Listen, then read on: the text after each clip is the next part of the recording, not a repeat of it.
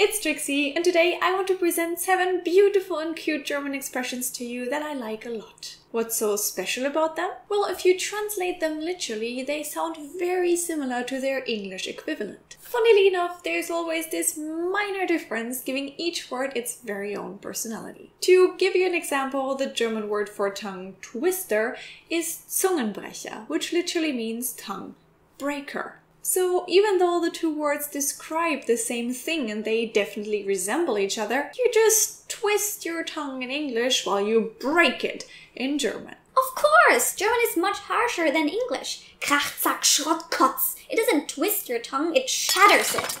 That's not even a word. What I mean is tongue twister and tongue breaker are alike, yet not identical. They are sisters from other misters or brothers from other mothers. They are besties, BFFs, but their parents are different languages. And here, there are 7 more words like this in German and English. Sometimes I just can't believe that there are so many people that watch and enjoy my content here on YouTube. Well, that makes 2 of us. I often read in the comments that they like my channel because of the combination of 2 big things. Education and fun? No, my boobs! Wait, that was reverse psychology!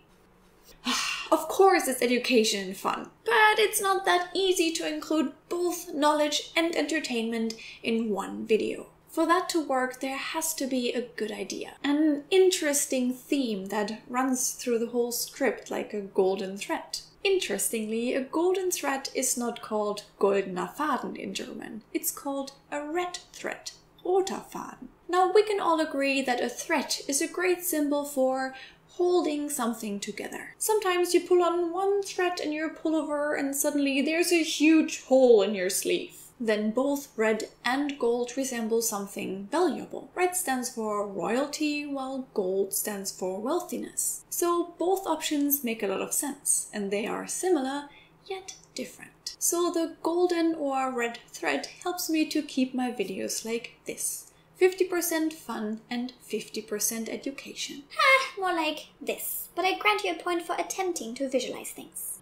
Stop interrupting me. I was trying to make a transition here. What I just showed you is called a pie chart in English. The German name is quite similar, although we usually call it das Tortendiagramm, or I've also heard das Kuchendiagramm. Now you could argue that that's the same thing, but I say no, it isn't. While a pie looks more like this, which would be a sweet Pastete in German, the word Kuchen describes a cake and die Torte is a fancy creamy cake. So to make this a little less confusing, I would say this is die Pastete, this is der Kuchen, and this is die Torte. And since this isn't this, the word Tortendiagramm is a perfect candidate for today's video. From chart to list. A very special list confronting you with your biggest goals and also your biggest fears in life is a bucket list. A bucket list includes all the things that you want to do or achieve before you kick the bucket, before you die. Now in German there is no such thing as die Eimerliste, which would be the literal translation of bucket list. But that's only because we don't use the expression den Eimer treten when somebody dies. Instead, in German, you can for example say den Löffel abgeben, to give away the spoon.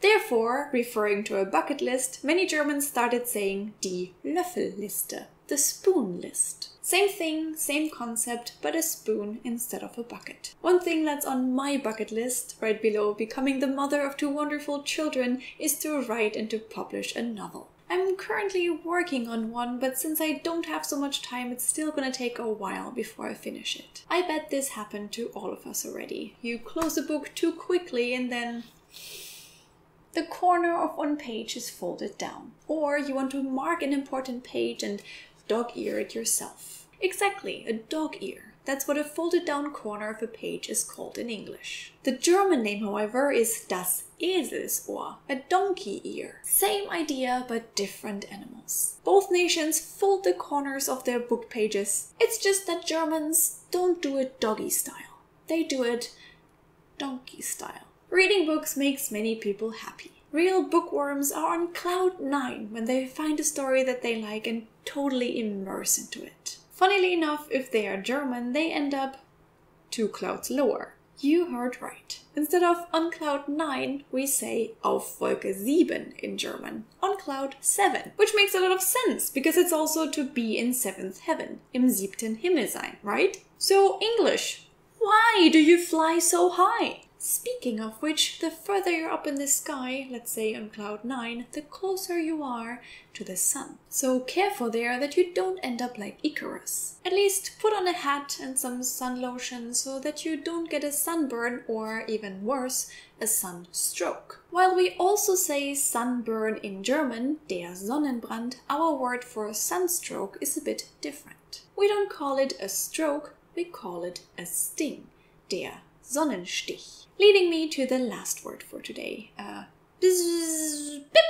mosquito bite. I'm one of those people who get bitten by mosquitoes all the time. Eric and the children wake up completely fine while I look like a human crumble cake. For some reason, mosquitoes love me, or at least my blood. But what does all of that have to do with der Sonnenstich? Well, in German, the mosquito bite is a sting as well. We say der Mückenstich. So who is right? I mean, bees sting, but they have the stinger on their butts. In contrast to them, mosquitoes have some sort of trunk in their face, which is kinda their mouth, but they don't have teeth to actually bite. So to be fair, it's neither stinging nor biting. It should be a mosquito sucking? That sounds wrong. So why not name it by what's most annoying by it? The swelling, the itching, the scratching. In other words, can we make Mückenjuckbeule a thing? Alright, rabbits, these have been 8 words in German and English that are similar yet different.